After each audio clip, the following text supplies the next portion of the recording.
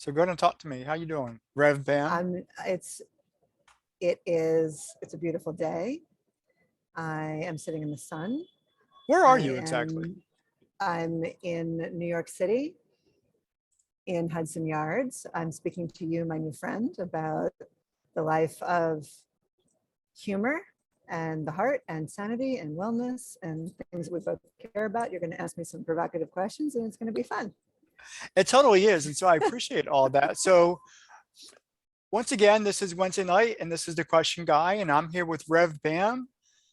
And we're going to have a conversation about humor. Now, the thing about humor is I am the least funniest person probably on the face of the earth, but you just contradicted me. So I say that because it's not a place of comfort for me. It is not a place of comfort for me for whatever reason. So I didn't grow up in the humor in the, you know, I don't want to say a fun loving, not a fun loving family, but there wasn't a whole lot of, laughter and joking around and things like that. Uh-huh. And then I went into the Corps and there's not a whole lot of laughter and joking as a Marine. And then I, strategized my career through college and still not a whole lot of laughter.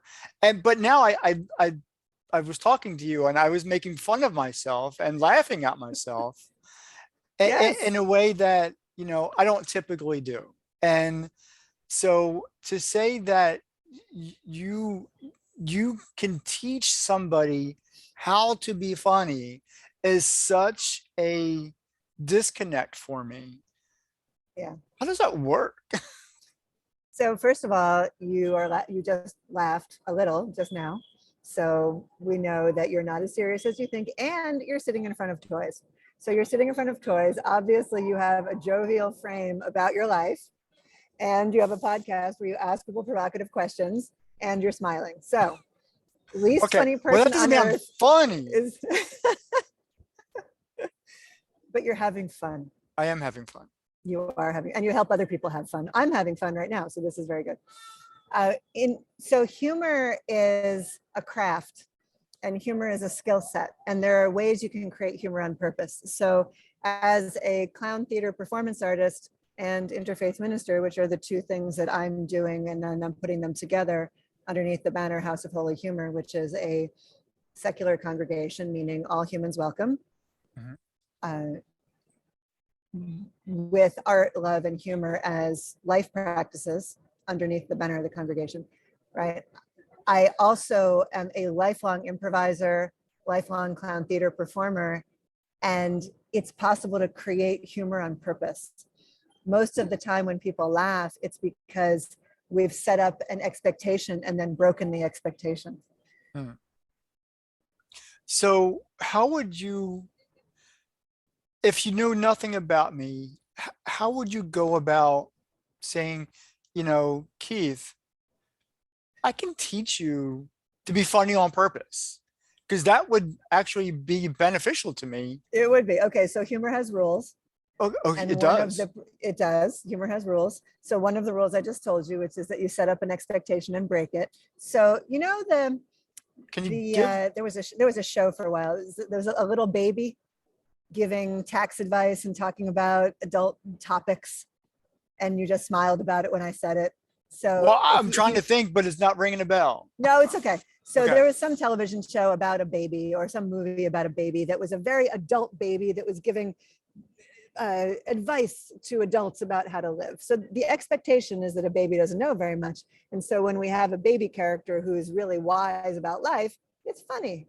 Or if we have an adult who's 105 who suddenly breaks out doing wild dance moves, we're like, wait a minute, that doesn't go along with my expectation of someone who's 105 doing wild dance moves. And so oftentimes you'll get a laugh. And so one of the ways of creating humor is to set up an expectation and break it. That's one. Okay. And then another is this very fun rule, which if you watch Bugs Bunny ever, Yeah, of you will course. see over and over and over and over and over again. And it's called the rule of three. And people in the comedy industry know this, people in the theater industry know this, but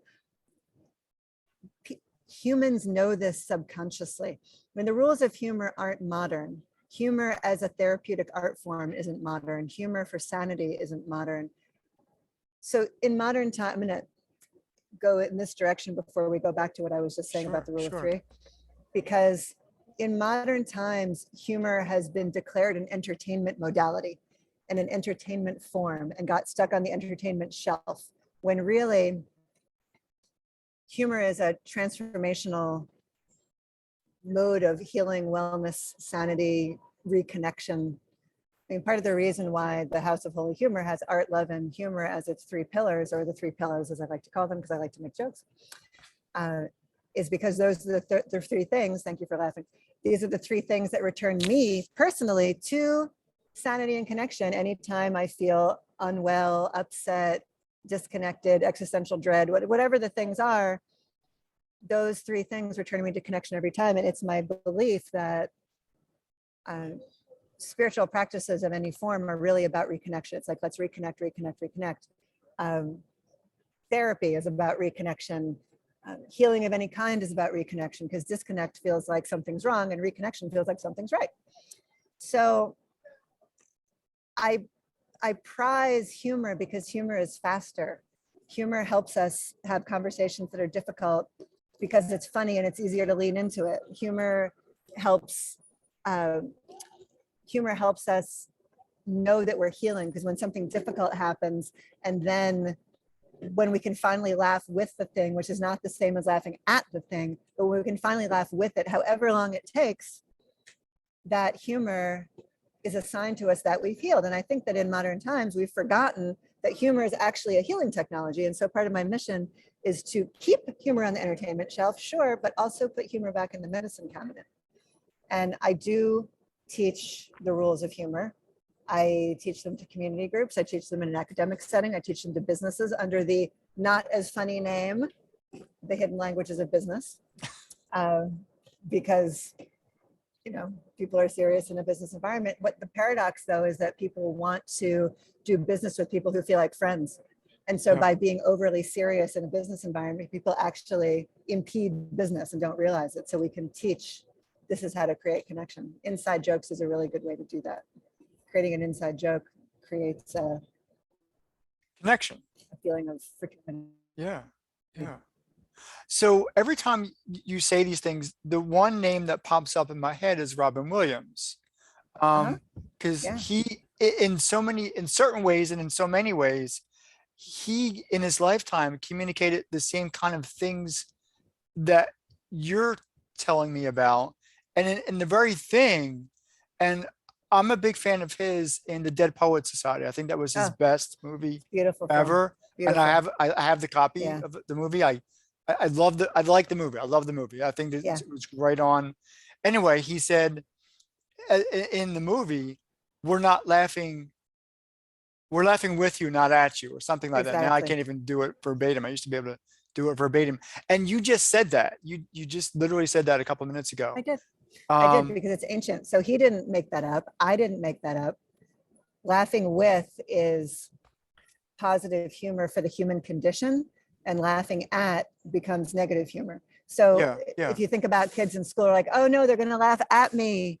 Oh no, I need to hide. I need to not be myself. I need to, I need to not be my real self, because I don't want them to laugh at me. At hurts. But if you say, you can't imagine someone saying, oh, I don't want them to laugh with me. Well, with feels really good. This is positive humor. This is what the House of Holy Humor is about, and what my project It's Funny Now is about. It's Funny Now is it's a storytelling podcast, videocast, and live show that's about people telling stories that were hard when they were happening that are funny now. Well, I use that because in my time as a college professor, I'm performing in front of groups of people, live or virtually. It doesn't really matter anymore. And I usually, in one way or another, kind of lead in with that, because I know I'm human. I know that even though as many times have I done something in the past and practice it before I get into the group, it's very easy for me to have a Freudian slip or do something silly or do something stupid. For people to laugh at me. And so even to preface that, we're going to laugh together because I'm going to laugh at myself.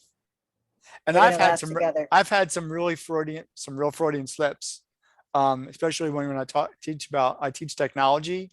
And so it's really easy to say one thing and mean something else, or want to mention something else. And so that's happened more than once in a live situation. So Congratulations.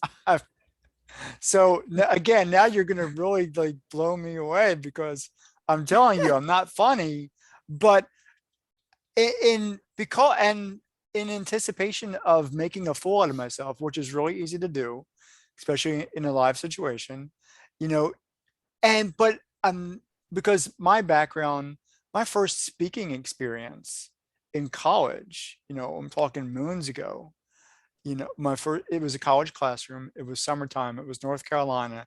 In 6 weeks, I had to give 4 speeches.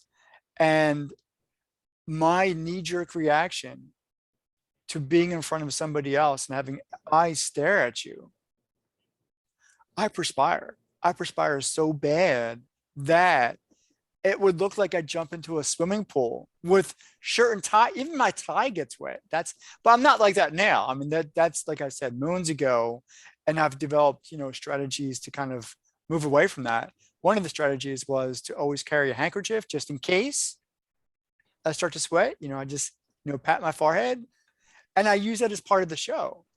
But I thought you were going to tell me that you made a tie out of a washcloth just in case.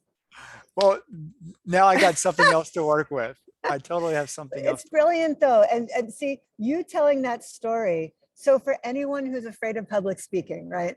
Hearing you tell the story about, I was so afraid, I was super sweaty, I was going to sweat through my tie, which is an extreme form of sweating, but I'm smiling about it when I'm telling it to you. These are the kinds of stories that give other people hope and possibility. And when we give other people hope and possibility, we're of service with the foibles of life. This is why I love clown theater so much. So I need to preface though, because when I say clown, while I respect the birthday party industry, I'm not talking about birthday party performances in this context. I'm talking about using the foibles and difficulties of life to find laughter so that we can all be like, I'm not the only person who sweats through my tie.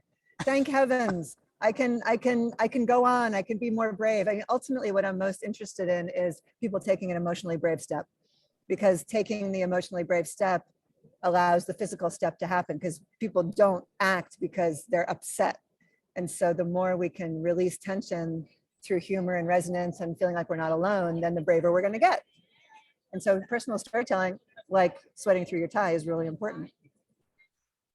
Well, thank you. I really do appreciate that, because Yeah. it took a lot of, for me, it didn't take humor. It took a lot of practice. And so I didn't know that I could learn to be funny. And maybe I'm learning in my own way, because now I could tell that story, and I could always tell some other stories about situations that, for whatever reason, I'm the center of focus in a very negative way, sweating in front of somebody.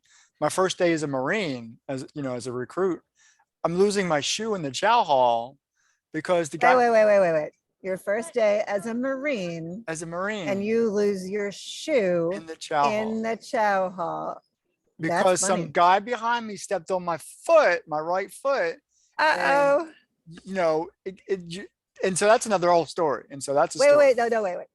So it's your first day as a Marine. Very serious moment. Very serious moment, because you got people yelling, screaming, because it's all these civilian dudes getting off the bus. And the first thing that the government's going to do is feed you. So we're all walking single file through the chow hall, to get food.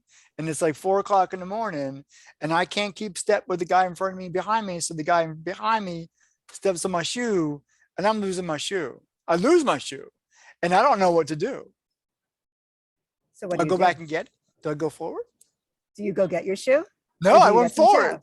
Shoe, chow. Okay, so we're going chow. And then what happened? Well, I'm walking around. You got to picture this. I'm the only guy, civilian, with one shoe on and one shoe off.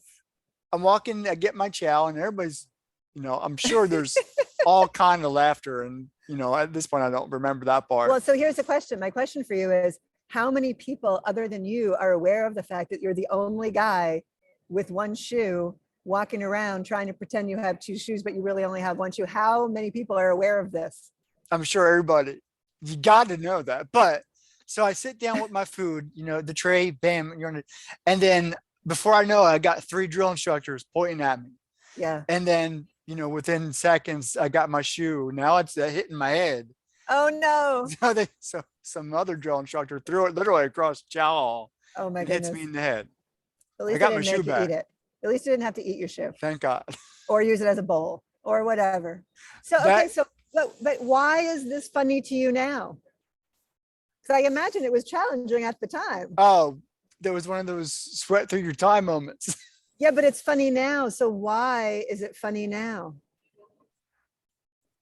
It's funny now because I make it funny. I intentionally actually, I probably do. I intentionally make it funny because when I have conversations with people who are in, you know, bad situations, or for those who are transitioning into or out of the military, and I have some conversations with those people, this is just something that you need to be prepared. This is something that could happen to you. Now, as of right now, I'm the only person I know who has lost their shoe in the chow hall. Medal. You get a medal. It looks But like I a haven't little spoken shoe. to everybody yet. So There could be others, but I'm happy to give you a medal that looks like a shoe that you can wear because you survived that. that So would be what it. you're talking about right now is humor as service. You're Is it? talking about humor as contribution. You're talking about taking a story that was difficult for you and giving it to other people, for other people to feel better, be more compassionate for themselves. It's humor as service. This is a very high use of humor indeed. And it's beautiful and it's important and it's vital and we need it right now. So my project, it's an intergenerational, international, multilingual library of stories that were hard then that are funny now because we all need resilience. And you show yourself that you're more resilient and that you can actually heal from this difficult situation years later because you can laugh at it. And if you were not able to ever laugh with this situation, not at it, it's what we said before. If you were never able to find humor in the fact that you lost your shoe walking through the chow hall on the first day that you were trying to impress some people, which is funny now, if you were never able to find laughter with that and had a nervousness about shoes for the rest of your life, that would be really challenging to you. But because you've been able to heal it with time and perspective and find it funny now and use it to help other people, that's the purpose of the whole It's Funny Now global project. You know, I've never really thought about it from that perspective, as if it was something that would have caused me trauma. Because it didn't cause me trauma. It was an embarrassing moment at the time. It wasn't like a seriously, I've been through traumatic moments as a Marine and Yeah, as an adult. absolutely. And for some people, an embarrassing situation can stay with them for a lifetime and they can end up with behavior patterns in response to that embarrassment that never go away. And you know, I've really never thought of it from that perspective. And humor can help reframe what happened. And look, until we can laugh with the situation, and I may have said this earlier, until we can laugh with a challenging situation, it owns us emotionally. And it's possible that in our lifetime, we'll never find the laughter with the thing. I'm emphasizing with Yes, yeah, over I and get over and it. over again. Because some things we're just not going to find that, but it's possible in future generations that people can find laughter with the thing that's too hard to find laughter with right now. Most of the things in our lifetime we'll find the funny in, most of them. And for the ones that we don't, it's possible that future generations will. But it is the human condition, and it's the nature of the psyche, and it's actually the nature of the heart to reach for humor eventually. And so It's Funny Now it's this project. It's funny now. It's not for the person who's in the middle of their trauma. It's not for the person who's in the middle of their suffering and can't see out. It's for the person who's like, wait a minute, there has to be another way to live. There has to be freedom. I need to find a way to reframe myself. I need to, and to the degree that humor is underappreciated as that transition point, as the flip, as the, I call it the first laugh.